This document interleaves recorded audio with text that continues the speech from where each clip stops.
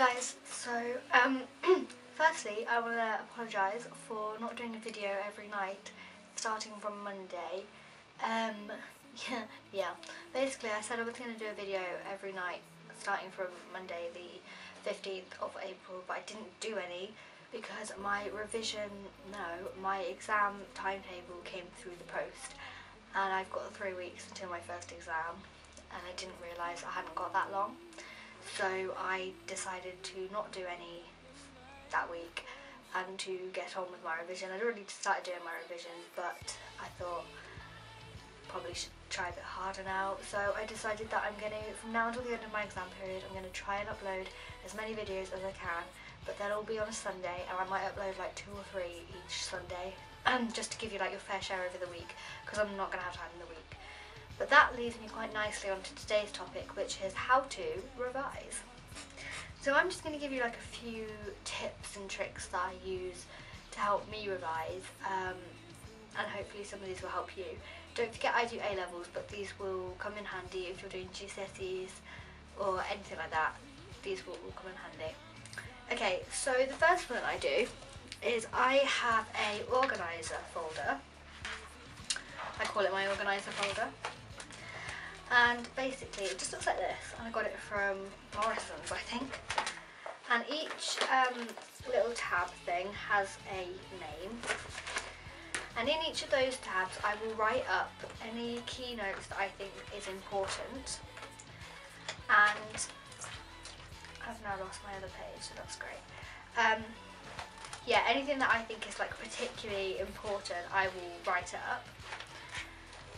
For instance, if I came home from college and I'd written a load of psychology, but I wanted to simplify it and make it into like a smaller version, I'd open this book, go to my psychology page and write it all down, because then I've written it in my own words and I can understand what I'm talking about. Also in this book I have an extra tab because I only take 4 subjects and there's 5 tabs. In my extra tab I plan my revision time. So it's really good to make a revision timetable, especially if you get things like study leave at your school or college, because I get study leave in 2 weeks. So I have already planned what I'm going to do on each day, and I've planned when I'm going to have my lunch, when I'm going to have breaks, when I'm going to have I haven't planned to the breaks because that's kind of an instant thing. But everything else is in there, and I've planned how long each of my breaks will be, and literally down to every last detail of what I'm going to be doing on those days. Because I've still got 2 weeks left until my study leave and then only a week until my first exam, I have also done a little timetable for revision whilst I'm at college. So I get free periods while I'm at college. I don't know whether they do at schools. I didn't really get many free ones in my high school. But I get big, like hour-and-a-half free periods, and I've planned what I'm going to do in each of those hour-and-a-half. Normally I'd go into town with my friends, kind of go get McDonald's or something like that, whereas now I'm going to go and sit in the library and do this, this and this every single time I've got a free revision period. I've then planned what I'm going to do as soon as I get home, so that as soon as I walk through the door I can quickly have a drink, quickly get something to eat, and then go upstairs and get on with my revision. So I would definitely suggest making a timetable, because otherwise you kind of get, like, if you wake up, say you're in like half term or study leave, you get up, you think, I really can't be bothered today, I won't do any today, I'll squeeze it in tomorrow. If you've got a revision timetable, you can look at your timetable, and if you really don't want to do something, you can see if you can move it into your next day. If your next day is packed from 9 till 5, you've packed it out, then you've got to do it that day, and it's a motivator. It means you have to do it, because if you don't do it, you've lost out that whole day, you've lost all the revision you're going to do on that day, and you've got no other time to do it. Therefore, the stuff you were going to learn, you won't know.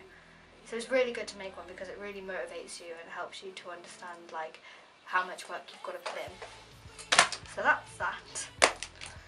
Okay, the next thing is use all your textbooks that you've got available to you. Let me just get these. Okay, especially if you're going on a study leave or a half term, go in and collect all your textbooks, because they will really help you. Using the internet, like online version of textbooks, don't work as well. I mean, some do, but I prefer having the book right here so I can just read it and it's just in front of me.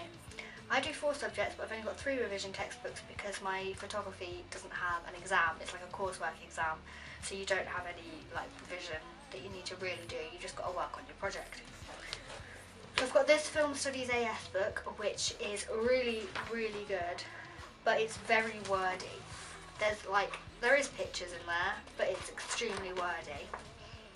But I like that. I like how it's all wordy because I like reading it and then like making my own notes from it. There's also activities in the blue boxes with questions and exam questions on, so make sure you do the exam questions that are in there because they're from your exam board, so they will help you. They're not just there to make you bored or to just, you know, for fun. They are there for an actual reason and it's going to help you. The next one is my Media Studies book from AQA. Again, they've got questions in the back. They've also got, which I really like, a exam section where people have answered the questions, so you can see examples of people's exam papers, and they're actually in the book, so you can see what people have written and what grade it got, and then you can see how you can take that on board and use it in your own writing and work. It's also then got a big bit about your exam, so it's got what you're going to be asked in the exam, it's got, you know, literally everything you could possibly need about it. It's giving you how to prepare for it. It's giving you how you should analyse the questions, or how you should break down each question. So this book's really, really good because it literally it's got everything you could ever possibly need in a book. So the next book I've got is this psychology book from OCR, and this is again very wordy. There are a lot more pictures in this one. But it's very wordy because you've got to learn 15 different studies. Yeah, 15 different studies, and you've got to learn every single detail about each one. So that's also very good. So make sure that you do use revision textbooks because they're from your own exam board, they're going to help you. And you can get them really cheap off like Amazon, so, you know. Okay, also use revision websites. I use one called getrevising.co.uk, and it's really good because you can read other students' like opinions and resources. So there's other students that are doing exactly what you're doing. They're in exactly the same position as what you are, but they might know something a bit different to what you know, or they might know something else that you didn't know, and then you can use their information and put it into your work. So definitely use other people's resources. I'm on an angle, there we go. Other people's resources because it's really good, and it's online as well, so it's easily accessible. Okay, the next thing is to make folders and organise your folders. These are my folders. They've got cows on. Woo! And I have one for each of my subjects that I study. Make sure you organise them in good ways because I never used to organise, and then I kind of regret not organising it because I had to go through and organise every single one. It's an aeroplane, if you can hear that. I don't know if you can. Thank you. Yeah, like I said, in psychology, you've got to learn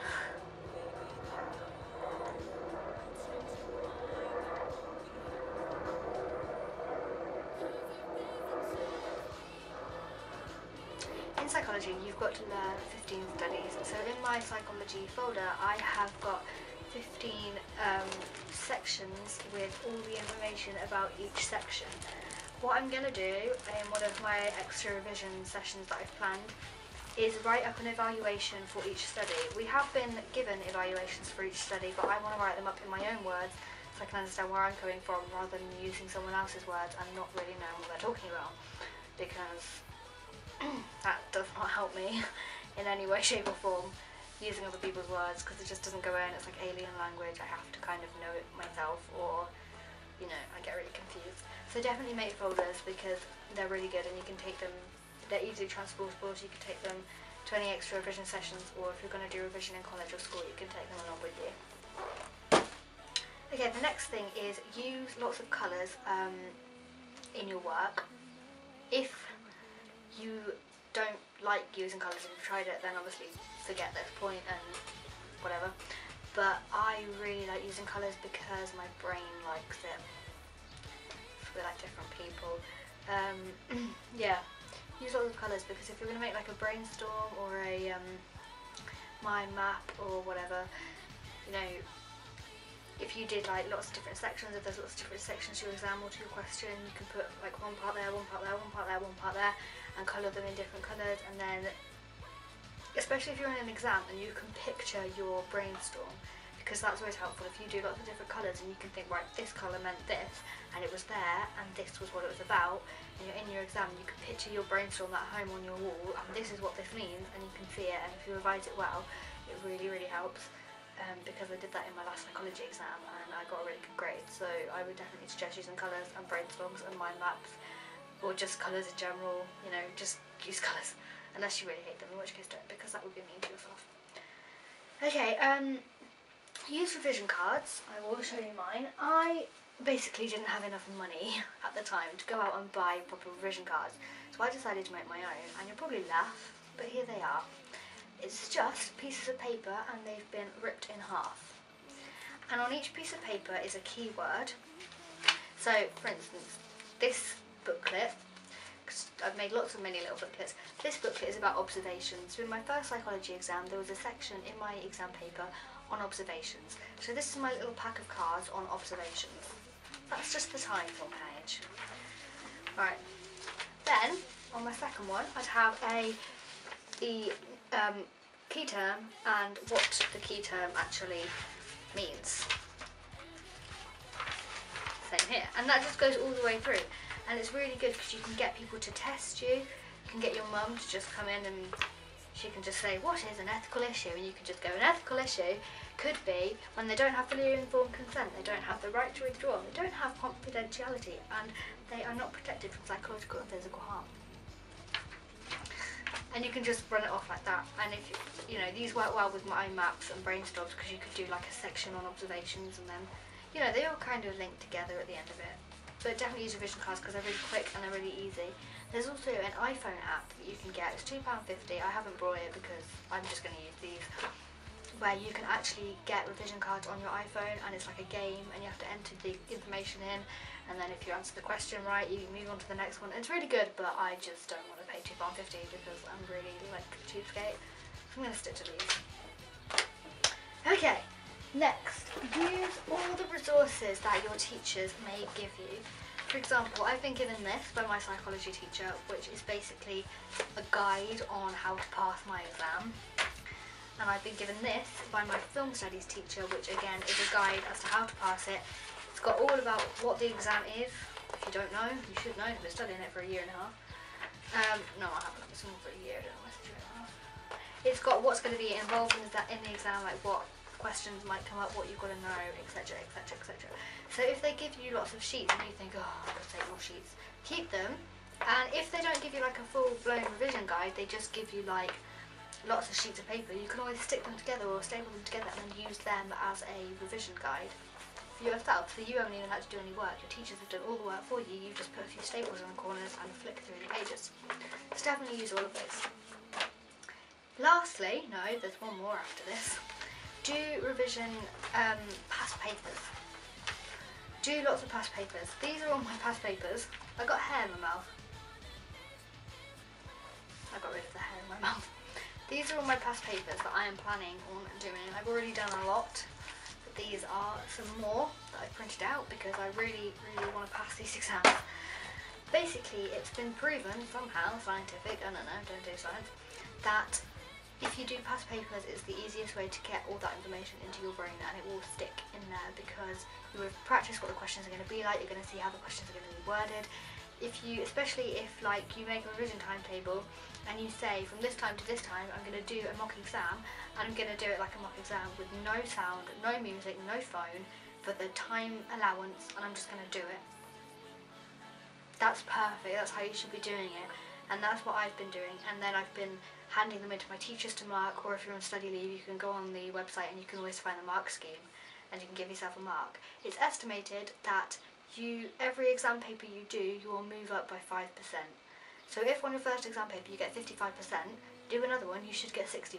Do another one, you should get 65%. And by the time you've done so many, you'll be up to 100%, and then just keep doing them until you keep getting full marks all the way through, and you should be absolutely fine. And it'll really take your mind off it, because when you're sat in the exam, you can think, I'm at home, I've got a cup of tea next to me over there, which I'm going to have when I finish this exam paper, it's waiting for me.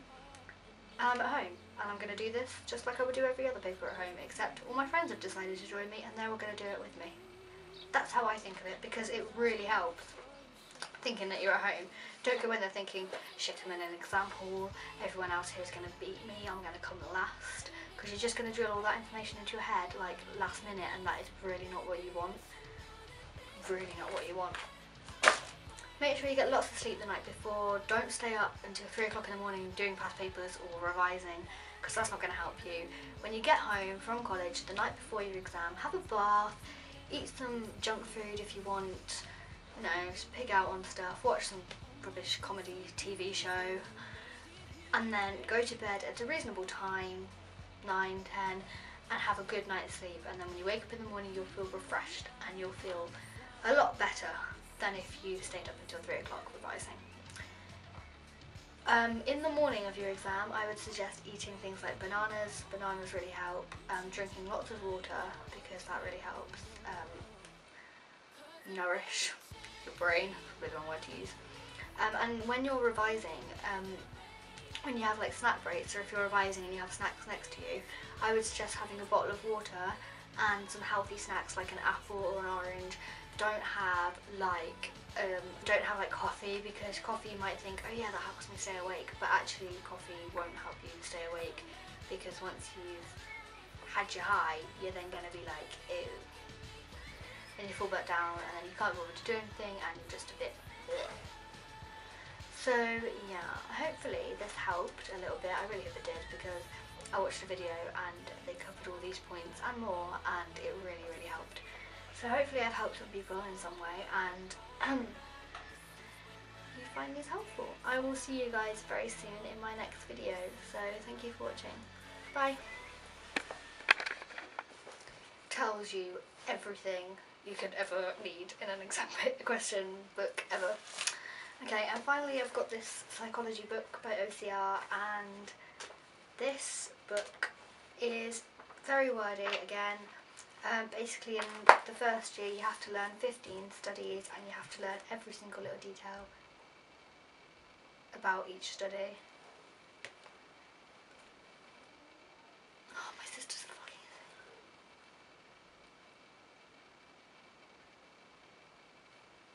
My sister just came up the stairs and started singing, so thanks for that. Thanks.